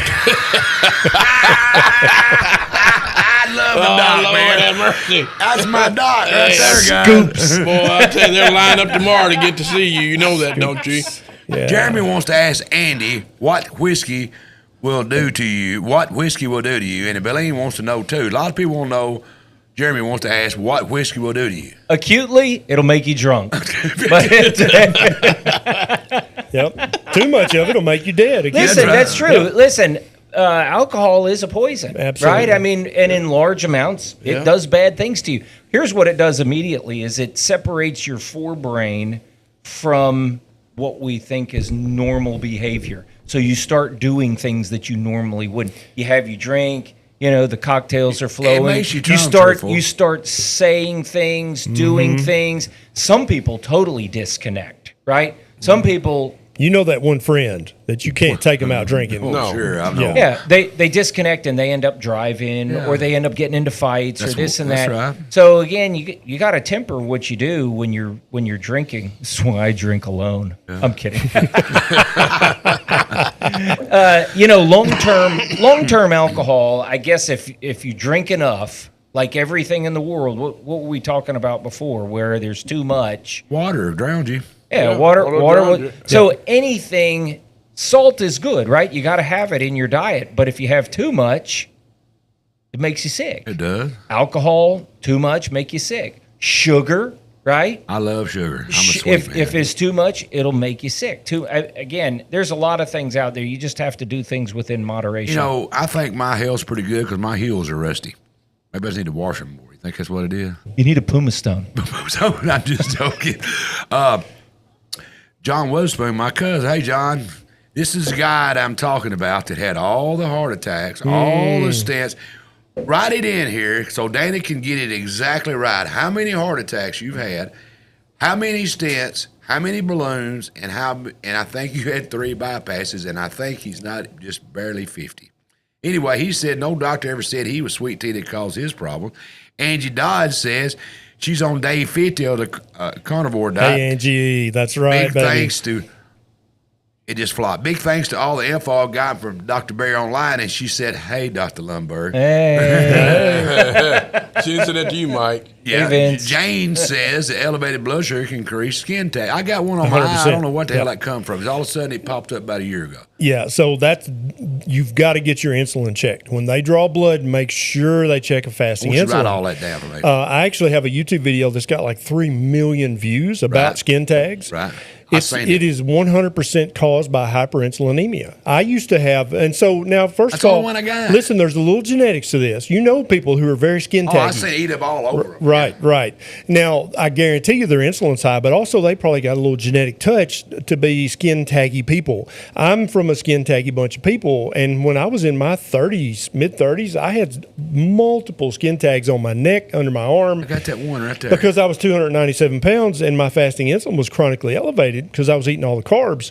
And when I went keto, all my skin tags just went away. They didn't fall off. They just regressed and just went away. And now I've got one tiny one right there. That's what mine been on for a year, and that grew right there. Yeah. Right there. I can lop that thing off for you. Oh, You yeah. lop her off? That would be a show. We could do listen, that. Just do it right. I could be Dr. Like Pimple. my dog. What would I be, Dr. My Something hunting Popper? dogs I don't want to and- be Pimple Popper Y'all because seen I don't like Fred, my pimples. dog, right? Listen, I've taken off so many skin tags in my career because I did a lot of dermatology. I had one lady come in and she looked like she had eyelid chandeliers. Right. She had literally multiple skin tags that were hanging down into Escape from New York. into her field of vision, and I had to do it I had to do a staged procedure, Lundberg.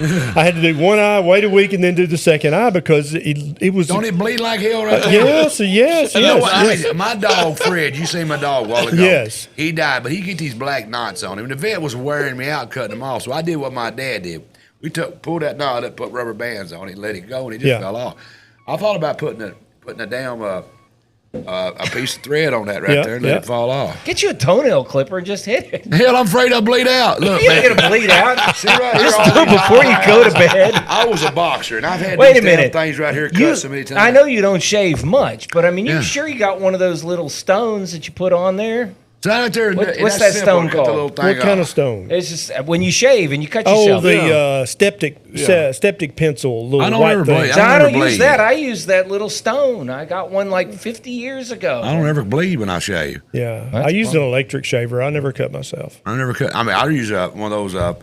Dana, tell me what we're. Okay, John Weatherspoon. Here it is, right here. Okay, all right. 14 heart attacks, 17 stents, John. 6 places balloon, and a triple bypass. What's your age, John? That's my cousin. We're tied as He's ticks. in his 50s, you think? Early. Yeah. I saw him yesterday. Yeah, great guy. He's more like my brother.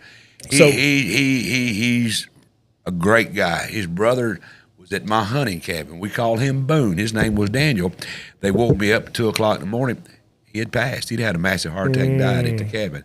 That was horrible. No, they kind of oversee my farm over there. Go ahead. John, he's somebody who needs that fasting insulin checked immediately. Also, his A1C, I don't know if his doctors checked that or not, but I wear him out. bet you money his fasting insulin somewhere between 20 and 50. John, And are it you needs to be listening? 10. It needs to be 10, and that's why skinny What people should he can do? have. He needs the full lab panel, number one, to know where he's at. He's and then, 56. 56, yeah. And so it's super common, but him being skinny and having that much heart, he's got to does he smoke? Yep. Does he? Yeah, well, 100%, he's got to stop smoking immediately. Yeah. And then alcohol, again, for somebody like him is going to be much more dangerous. He doesn't drink. Good man. So the smoking's got to stop immediately. You agree with that? Oh, yeah. Stop smoking, please. That's hard as hell to do. Yeah, I believe it. I do not doubt with that. Native American in me, my mother was a teetotaler. Because Yeah. she said, you've got that gene that can get addicted easily. Yeah. And I believe it because I cannot quit cigarettes. I've tried them. I've got some COPD, early stages of it, but I'm 63. Yeah. You know, if I die tomorrow, I've had a good life. You know, and if I live another 10 years, that's just bonus to me. But it's the hardest thing I ever quit.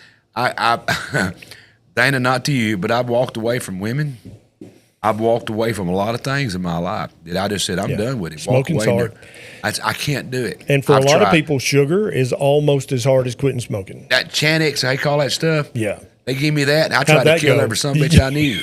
I mean, I can see Ricky. I'm going to kill you, Ricky. What the hell's wrong with it? What I is prescribed this? Chantix to a bunch of people, and I'd say probably 30% of people it did fine, and they were able to wean down and quit. But about a third of people, man, God. they get depressed or they get angry. I or get they, anger issues. Yeah, I just had to Chantix put it is down, not man. innocuous. It's bad stuff. You know what we're talking about, Doc? That stuff is horrible. I don't typically prescribe it, and I'll let the primary folks Dollar do that. Shave Razor Club is what I'm involved in. That's good. Yeah. I just tell people, listen, when you're ready, you'll know it. Mm-hmm. Some people might not ever be ready. They don't want to. You know, what if you were miserable Read this, if you Doc. couldn't smoke? Please read that. Just read that right there. Hold on when she gets done with it. I'm Read afraid it for me. What's it I say? It's not Bo. Read what it said. Ruby said. Ruby said, Mike Weatherford, you are not a doctor. Do not be cutting on your body for goodness sake. Good advice, Ruby. That's the best advice I've got tonight. Lord. But seriously, I have that. But other than that, I'm fairly healthy for my age. I think I get around pretty well. I work every day, and I'm getting tired of that. That work's not what it's cut out to be. I was lied to back 40 years ago. Oh, if you work hard every day, you'll have a money in your pocket. Hell, all I've got is a hip. My buttocks is killing me. Yeah, but what would you do if you didn't work? That's what you I don't know, man. If I didn't do work, something. I would tell do you. this. I would do more podcasts. Yeah, you say that, but then it becomes work. You know, Yep. when we were out You're for right. when we were out You know for what? COVID, Hold on a minute. You give me a lot of good advice. We're not going to get into it. people tell me I give the best advice. You do, because you come in sideways on fire. And I'm kind of that same way. I come in sideways on fire. Andy can set you down in his unique way. Mm-hmm. No, I call him nerdy, but he's cool nerd. Yep. He can come in sideways and give you advice and make you think. That's a rarity. Yeah. Well, we've shared- I'm a kind of guy that when I drink, I mellow out because I'm Yeah. hyper. I think alcohol, if you're a kind of laid back guy, keep your mouth shut, you get drunk, you cuss everybody. I'm right opposite. I cuss the hell out of you while I'm sober, and I get drunk. I don't want to pat you on the back to how much I like it. We've shared many patients over the decades Yeah. that we've been practicing, and very often I would have a patient come back and say, "You know what that doctor told me?"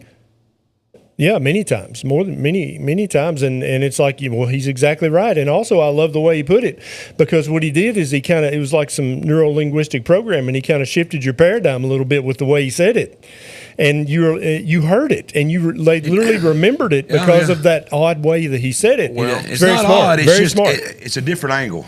He said something on a show with a few months ago, and it stuck to me. He says, if I do surgery on you, and you make it 2 more years, I just extend your life. I'm not going to keep your life going forever. Yeah, here's how I said that. Okay, go ahead. So I'm like a mechanic. You're right. Your car isn't going to last forever. It's not. We know we're not going to last forever. If I can jerry-rig you for a while, Correct. you're good. Right? No, And that's a really weird way of saying it, but that's the true. that's But the it's human true. I that's do the that human every way day of with saying cars. it. You bring me your car and it's got 400,000 miles You're on right. it. I'm going to say, dude, this car is wore out, but I might get you another 30,000. Right. We're doing the same thing. And my uncle's the same way.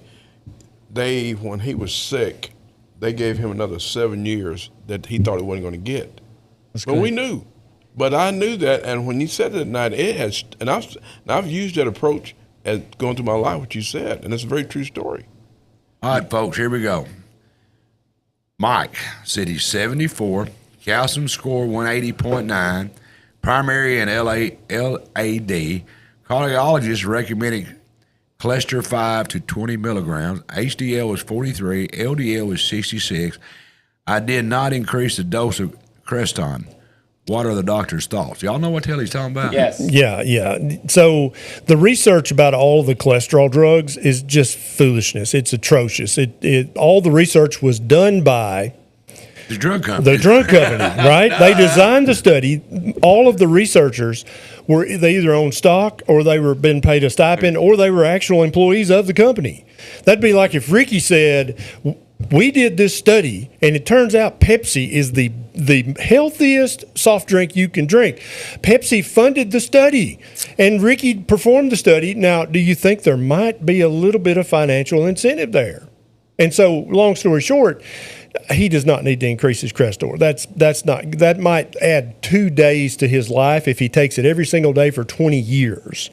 It's just not worth it. If he cleans up his diet, even some, he doesn't have to go carnivore. 74. Clean it up some. He could add 5, 7, 10 years of good life, not just being alive, but actually having a vibrant, meaningful life where he's able to play with his grandkids, maybe his great grandkids, start a new hobby, find a new girlfriend. Hey, he's 74. He's not dead. So clean up the diet. The Crestor, there's nothing magic about Crestor, Lipitor, Zocor. None of that stuff's magic. If you're still going to keep eating the crap and smoking the crap and drinking the crap, none of that stuff's going to help you at all. Now, see, that's important. What he said was, it's not just eat what you want, drink what you want, and take some medicines and it'll reverse it all, okay? Yeah. You need to eat right. I'm not going to sit here and say that medicines are bad for you. I mean, there's been a bunch of studies. It saves lives. There's been a bunch of studies with the statin drugs specifically that reduce cardiovascular complications after vascular surgeries. That's Correct. a known thing. Correct. Now, does that mean at 40 I need to start taking, Lipitor and an aspirin and a beta blocker and an ACE inhibitor, this kind of like crazy drug concoction that'll make me live to 98? Well, we don't know, and we probably never will know. But there's probably something to medications. Mm-hmm. But medications are bell curves. That's how they treat. Some people you get nothing, no effect. And some people you get all the effect. So let's go back to COVID. And I'm not going to harp on COVID, but why did a bunch of people get the COVID vaccine and they got sick and they didn't, and somebody got, there's just a whole bunch of different effects that they do, and you just don't know until you put 10 to 100,000 people into these studies and say, hey, listen, this works in this subtype of human being. This doesn't. So I'm not going to say that the lipid-based medications are bad or good. What I'll say is they work in some folks. Oddly enough, I take a cholesterol medication 2 times a week, just a little bit. Somebody on here, Jackie, I bet that's Jackie Bell. He said, great show, docs. Unlike a mechanic, they work on people with the motor still running. That's right. At least I get to cut them off. Dr. Harrison, my doctor, I was bitching. I shut the computer system off in mine before I start working on them. And they look at me, and me and Dr. Harrison was talking one day. Been my doctor, my father's doctor, too. He's a great guy, great friend of mine. And we was talking one day, and I was bitching him naturally about the cost and all that. And, damn, y'all killing me. Walk in there and just rob a man. Sarcastically. He said, yeah. I said, damn, all you do, you're practicing. You ain't even doing it. You're just still practicing. He said, yeah, Mike, you're right. I'm not a mechanic. I can't do this. I can't do that. He said, but you know one thing? I said, what's that? He said, at least you get to cut the car off when you work on it. I can't cut you off. I said, how much I owe you, Doc? I do. Even though I'm a lot of things, I do know when to shut up. And I was beat. What am I going to do, Doc? Terry Pascal said, what a great show. Comical and very informational. Thank you so much. And that's what we wanted to do. But Margaret, not her mother, said hell, I'm not a doctor. What is this word right here? Hyperthyroidism. Affects the blood sugar too. Any suggestions? Yeah, so hyper or hypo? Hyper. It said hyper. Yeah, any kind of thyroid abnormality is going to affect your blood sugar. If she's got hyperthyroidism, she needs to see her endocrinologist routinely and do what they say to do. Endocrinologists are great at hyperthy. Now, hypothyroidism and Hashimoto's thyroiditis, very often endocrinologists are not that great at that. but they're good at hyperthyroid. She needs to listen to her endo. Was the people that wrote these, that made these words y'all are trying to say, did they drink a lot? That sounds like a bunch of drunk. You lost him. You lost him on the first word. The other I don't know what all the last 5 words, he's like, blah, blah, blah, blah, blah. I know what thyroid was. Hyper and hypo.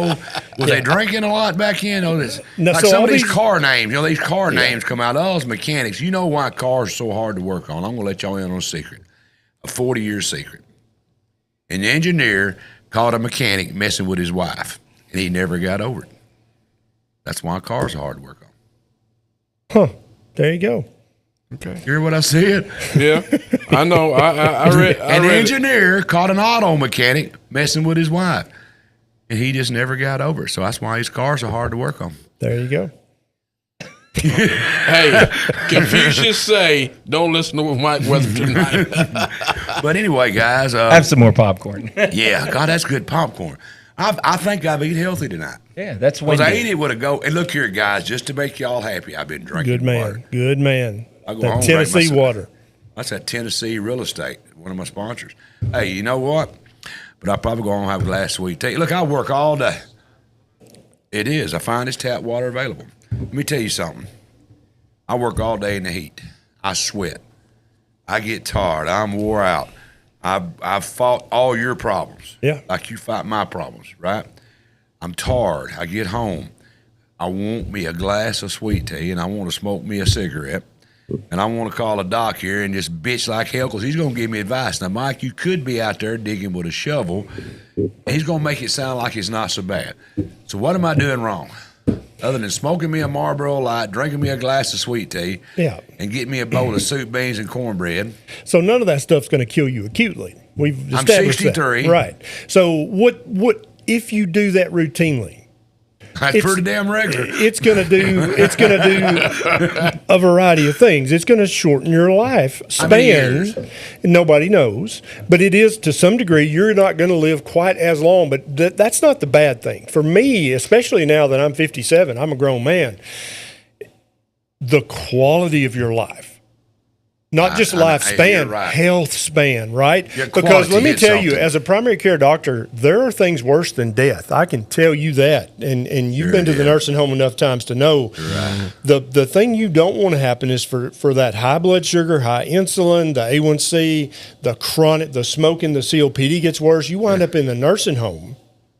Okay. She's going to be running around with some little 40-year-old. Yeah. And you're going to be laying there in the bed with a dirty diaper waiting for the poor girl to have to come and clean your butt. Right. There are things Well, worse that than massage death. that hip is giving me trouble. Well, I mean, she's going to massage something when she Okay. cleans you up back there. But Damn, you're that's, making my life rough. do you see my point? And I so got you. every day we get to choose, am I going to roll the dice or not? Because we're all going to roll snake eyes eventually. That's just how life You're gonna is. die. Yeah. Remember that guy I told you about? There's only one that way was out. jogging and that tar come off Right, and killed him. He's just as exactly. dead as Right, that guy right. smoking a Marlboro Exactly. Light and a sweet tea. Listen, there was one thing that he said that sparked a quick memory. So we're all not made the same. Our DNA is different. Right. And you can see Meemaw, who smoked from 7 years old I seen them. to 98 And never and bothered. dies of that tire. Yeah. And then you've got the person who never smokes in his life Died of lung cancer. and he dies of lung cancer. The point is we have a set DNA makeup, and that pretty much is our skeleton for life. I agree. And then whatever we come into contact with throughout life is how it interacts with our DNA. And then again, you can see, Let me tell you all this. What you said made a lot of sense, but I'm going to let y'all in on something about me personally. I don't know if it's the Native American in me or not, but I have a hard time being sedated. I fell off an operating table one time, having a procedure done. I woke up and they was going down my lungs one time because they thought something was in there. It was just that was talking about echolalia. They was down in my lungs, and I woke up and grabbed the doctor by the arm. Yeah. And they just lose their mind. And I tell them all, do not give me no Valium before you put me out. I climbed the walls and that stuff. But what would make me be the type of person? Your frontal brain is being disconnected with those medicines. Yeah. And Again, alcohol, It separates the frontal vein. I warn anesthesiologists that when they come in here and talk to you, they don't listen to me. They look at me. Oh, we got you covered until I You're wake well up. aware, aren't you? Until I wake up and you're down in my lung, doc, and I grab your arm. Yeah. And you're screaming out. You're screaming. You better do something. You better do something. She can't move because she's in my lung. And they just freaking out, man. Yep. Now, let's think about this big picture. You were asking me about your cigarettes and sweet tea and all that stuff. If I were you and I knew that about myself, because some people have a very antagonistic relationship to anesthesia. They'll climb. I have a daughter like that. She had a little procedure and she went nuts on Valium. Yeah. And so what I would do if I were you is I would minimize the chances that I was going to have general anesthesia. You got it. Does that make sense? I would try to load the dice so that I didn't roll craps and have to go get under general anesthesia. Man, I've had a lot of fun. I would quit the smoking and I'd quit the sweet tea and I'd cut back on the I'm carbs. 63. How much longer could I have? Dude, you could live to be 110. Hell, You want to do that? You got that Native American, but if you were healthy, you're telling me if you were healthy and felt great, you wouldn't want to live to 95, 100? Let me tell you another story. This right here is I'm going to run through it quickly. I love to read. I'm a nerd when it comes to reading. I know a little bit about nothing, if you understand what I'm saying. Dana says that I'm a student of everything I do, and because I try my best at it. I was reading an article where this journalist went to talk to this man that was 105 years old. He said, I went in this assisted living. He was still pretty healthy. And this has been a few years ago. And he said, I walked in there. God, I got to hear this guy's secret, man. 105 years old. He said, I left there in tears. The man said, the first thing out of my mouth was, what is the secret to living so old, to be such an old age? He said, it's no secret. He said, don't you feel blessed? He said, no, I don't.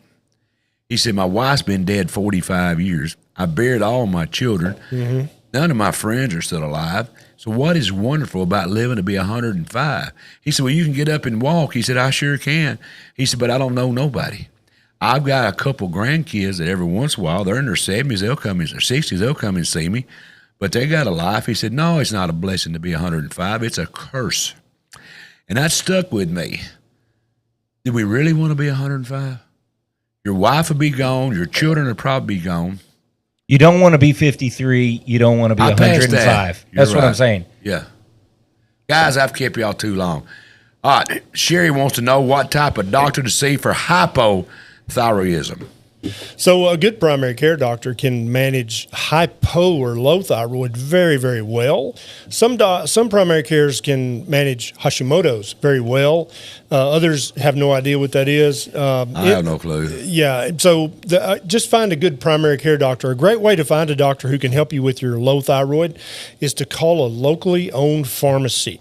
Okay, like Phipps Drug, Smith Pharmacy, Perkins Drugs. Right. Perkins. Don't call CVS, Walmart, Walgreens. You're not going to talk to the pharmacist. But if you call a locally owned pharmacist, you can say, hey, who's the doctor in the area that prescribes Armour or Nature Throid, which is a natural desiccated thyroid. Okay.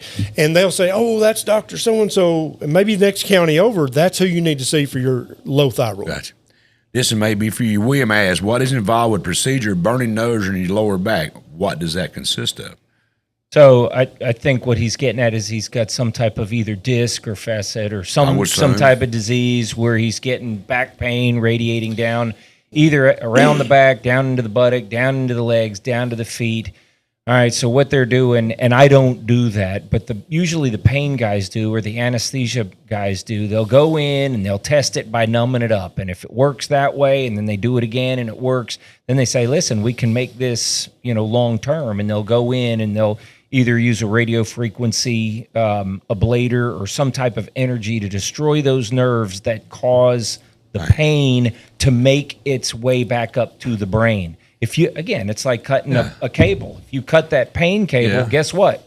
You don't have pain. But remember, the body's smart. It tries to figure out another way to get back up. And also, pain deters. You're probably physically strong enough to pick a car off the ground, but pain deters you. That's right. Stacy said her mom had a lot of health issues. She had the best doctors in Henry County, Lundberg, Caruth, and Betty's. She's thankful for them taking such great care of her, and their bedside manners is amazing, Doc. There you go. Was that Stacia, really? Stacy? Oh, Stacy. I thought that was Stacy said her mom. Oh, yeah, okay. yeah. Okay. That's pretty cool. Y'all guys are really liked. You know, and that's great. You know, it is. And that tells me that I got good friends. I don't want to see neither one of y'all in any field other than maybe. Don't worry, I'll come up behind you. I don't want to see you and I'm laid out there and you say, "Oh, Mike, that old Marlboro Light got you, buddy." Now smoke another one. Sometimes I'll get to coughing or something, and Dana say, "Smoke another one." You know, hell, that's just the way it is. But guys, y'all enjoyed this? It's good. Yeah, we're going to cook soon. Yeah. Well, okay. I'll do the ribs. Yes. On your smoker. Okay. All right, now listen, here's how it's going to be. We're bringing cameras. Okay. And it might be a 3 or 4 hour deal. We're going to do Kevin, it all. that's you. That's right, Kevin. You're going to feed you too. Beef ribs. Beef ribs. Yes, I can do beef agree. ribs or hell no, tri-tips. pork ribs. Beef I ribs can are listen. great. I can do both. That's what different. Let's do both. Yeah. God didn't say that. He said that a long time ago. Yeah, he done over that though. Yeah. And we ain't Muslim. Go ask the Lord of the Flies. That's right. Here. Come here, Piggy. Come here, Arnold. All these I've people- thrown in so many all references these people tonight. that's asking for these for all these things. We will send you a bill. We have a way to find your address. And No bills. No bills tonight. This is not. Randy said he has IPF, which there's no cure for. He asked if a lung transplant is the only way to help it. Idiopathic pulmonary fibrosis. Probably, yeah. And surely to goodness he doesn't smoke. Well, I'm sure that I Yeah, would assume but so. No, it's idiopathic. So I mean, yeah, chances are that's just a genetic thing. Yeah, You're- but smoking's going to make it worse quicker. Is there anything good about smoking? No. What about meat? Meat is good for you. You can smoke all the meat you want, but don't smoke cigarettes. That's just dumb. You know, I had a doctor tell me one time, he said the life expectancy of a cigarette smoker is a lot less than a non-smoker. I said, okay. The life expectancy of a cigar smoker is the same as a non-smoker. Mm-hmm. And I said, why is a cigar smoker? He said, number one, you don't inhale it and don't have the pesticides in it. Is that true, Doc? I don't know about the pesticide. I think they probably all have an equal amount of pesticide. We don't have it in America. I mean, most of their cigar tobacco comes from foreign country where they still use pesticides and chemicals. No idea. Most people don't get nearly the amount of the carcinogens and the lung damaging chemicals from a cigar as you get from a cigarette. And then also, cigarette ain't got much tobacco in it. A cigar is a much more leisurely smoke. Yeah. And people who smoke cigarettes, you wind up smoking packs a day, and it's just a constant light one off the other. I don't do that. Yeah, I'm an aggressive chewer. Yeah, a cigar chewer. What gets me is you bring me your car. Mike, it only does it at 40 mile an hour when I'm sitting on my right hip with my left blinker on and I've got my brake mashed halfway. Well, I'm out there trying to do all that. I'm going to get stressed the hell out. I'm either going to tromp that car, run it through a phone pole trying to figure it out, or I'm going to smoke me a cigarette. I understood. No, I need to quit. In their car. In their car. In their car. Yeah, they'll need a new one. And what my daddy was a mechanic also. He also worked at a factory. He always told me when he was a mechanic, we had a shop at his house after ours. They'd come up there, kind of reminds you of Andy Griffith, where Barney was living Goober's living in Andy's house, and people pull up there and Daddy holler out the window at him. Not like that, but reminded me of that. He'd come up there at 8 in the morning and try to figure out what's wrong with his car. He said, well, I don't know what the hell is wrong with it, but when it breaks in half, bring me both pieces. And that was just my dad, and I still use that today. I don't know what's going on with it, but when it breaks in half, just bring me both pieces. Right. Judy. Doc, Shazam! I appreciate you, brother. Absolutely. Man, I appreciate you. We're going to cook out. Folks, you got to remember this right here. We're going to bring you a show here pretty quick. We're going to go over to Doc's house. We're going to cook, and I get your humble trophy boyfriend host gets to sit there and see what these doctors really eat. They're both healthy guys. They are. They both look good. Andy over here, he looks like he's just a walking skeleton of health. And Dr. Barry over here, he's been overweight, down in the dumps. Now he's look at him now. Yeah. And we're going to see what they eat. I'm going to bring it to you. We're going to find out what the providers of all this medical care, what they really eat. Yes. I think that'd be great, don't That'd you? be a good show. I think it'd be a wonderful show, man. And then after dinner, we're going to get Mike up on the counter and we're going to get that skin tag. Oh, you're going to hold me down again? Yes. Hold on. We'll just do it. on that shoulder. We can smoke it too. Throw that in the soup beans. Nobody will ever know. That's right. That's chewy. God almighty, guys. Man, I really appreciate it. Ricky, what do you think? Did you learn anything? Yes, I did. I did too. I learned these guys want to cook. It's refreshing. Well, you bring the Pepsis. Water. Water. Yeah, Bring me a Pepsi. Good job. Bring me a Pepsi. You know, bring him a Diet Pepsi. Oh hell no! I don't I'm want worried diet about nothing. his A1C. Zero. I'm gonna get him on Yeah, zero. get him a zero. I wish I could buy my cholesterol in a can. Just go ahead and drink it. Well, we're gonna get I'm there. joking. We're gonna get there. I mean, I don't It's think like people having salt. I use salt for zero. I love it. Salt? Hell yeah, I love salt. I ain't. My blood pressure is a little on the high. Oh no, I ain't It's had salt in one- 30 years. It was 130 something over. Oh no. Over like right at 100 on the bottom number. Salt mountain's That full bad? where I come That's from. too high on the bottom. Yeah. So he said, I'm gonna give you one little old pill, and I take it every day at lunch because I have that eating disorder. We all know, and I have a problem swallowing pills. So that's a big issue trying to get a little old pill down. But anyway, I don't think my blood. They probably could take me off the blood pressure. He said.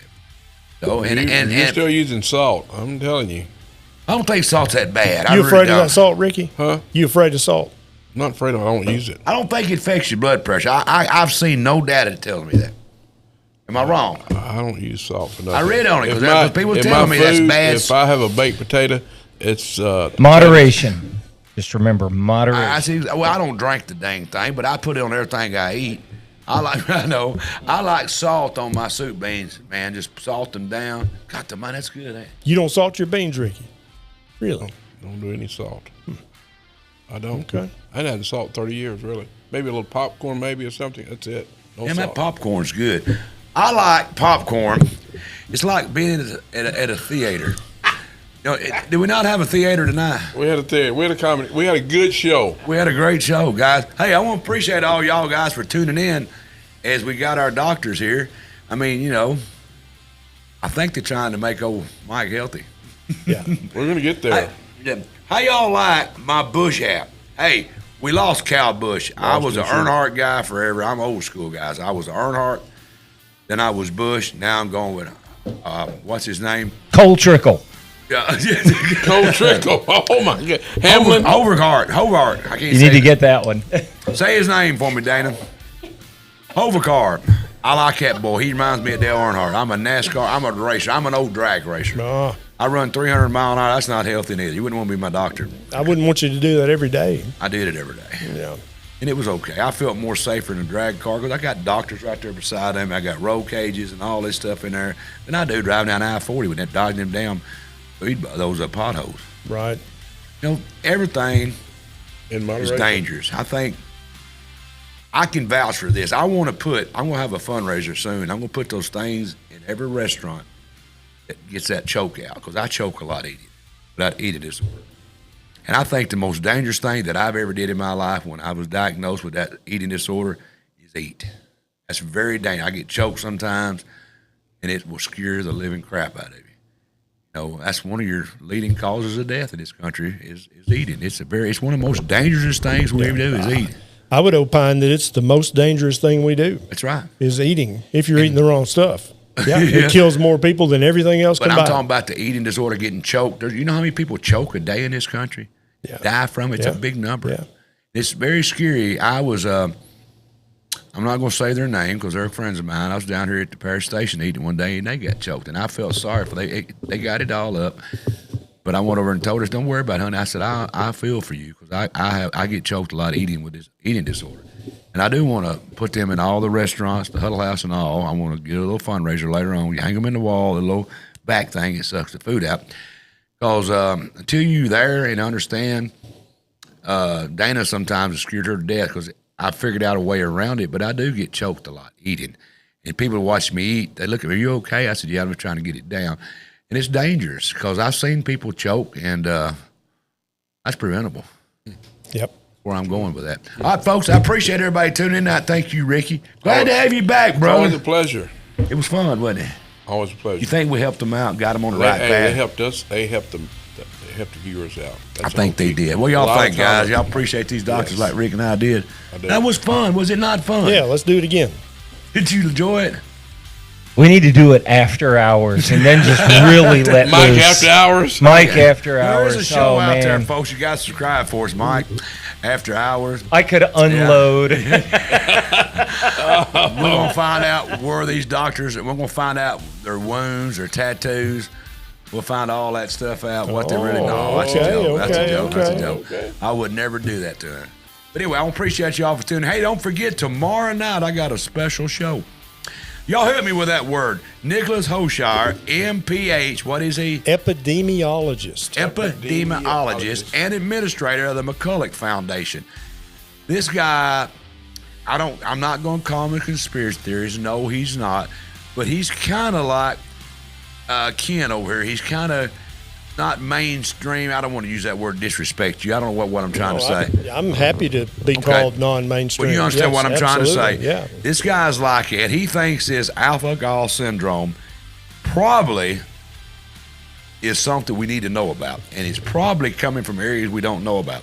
Now, I don't believe in conspiracy theories, but I know that it's had a 10,000% increase in the last few years, and the last year has grown another 300%. Well, let me ask you guys this. If you found out tomorrow for sure, black and white fact, that Alpha Gal was made in a lab, would you be shocked? No.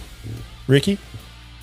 No. You wouldn't be shocked at all? Okay, so yeah. I think but that's I'm already on the close, but I'm going to address what you said. Ain't it a shame that we live in a country where we don't trust the news media or our leaders? And let me say, it's not the people's fault that we don't trust the government. No, it's not. I'm just saying, ain't it a shame? Absolutely. That we live in a country where you can't trust the news media or some of our elected officials. Some of them is good, but I'm saying some. Anyway, tune in tomorrow night.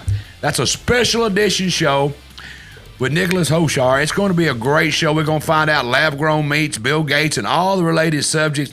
He's going to try to tell us where he's at, and I might even touch on some of these other issues out there. Maybe these children getting I'll just tune in tomorrow night. I don't want to get on it tonight. But get on here tomorrow night, July 15th, 7 p.m. Tomorrow night, special edition show. This guy's been on all the major networks. Him and I talked, and he said, yeah, Mike, I will come on there because you're right in the bullseye for alpha-gal syndrome. And it's growing. It's not just a southern problem no more. It's grown up north. It's going into New England up there. 60,000 cases in New Hampshire. Folks, there's something going on. Either the ticks are superheroes or something's happening. Tune in tomorrow night. Let's find out what's going to happen. Avenger ticks. That's right. Don't forget, Charlie Hatcher will be live in the studio July 21st right here. We're going to find out who is Charlie Hatcher and what kind of leader would he be. And what do you want me to ask him? Just tune in. He's going to be right here live in the studio talking to Charlie next Tuesday, July 21st at 7 p.m. Don't miss this show. Folks, I've had a great night tonight. I'm going to give you a little more information. July the 20th is your Henry County Commissioners will meet at 5 p.m. at the courthouse.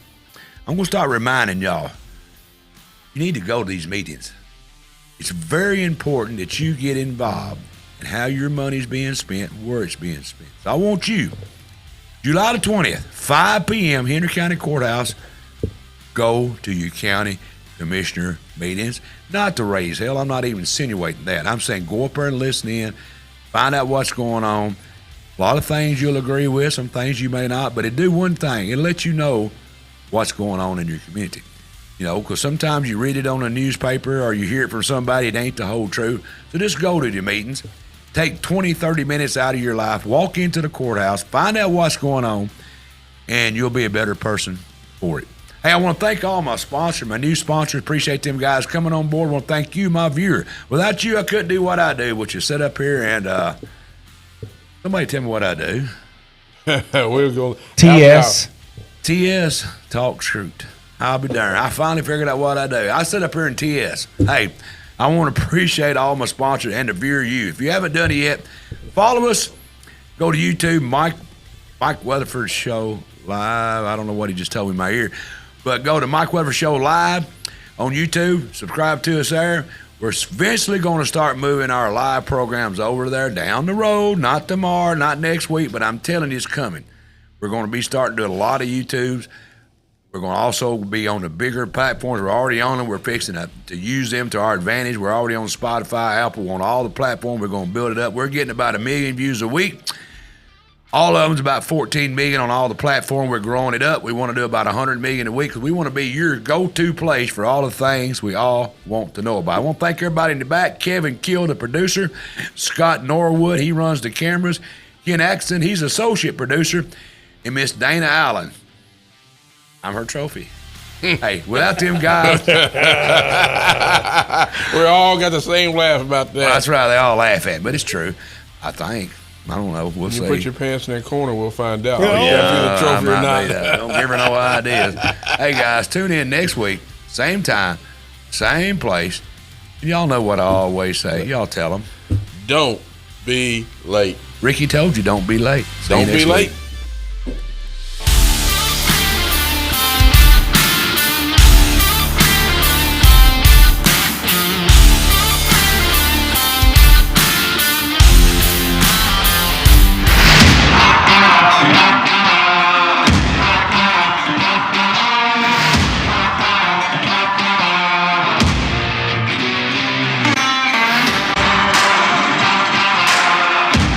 The Mike Weatherford Show is recorded live at the Brewer Street Mafia Studios in downtown Paris. A Kill Media, Brewer Street Mafia Productions.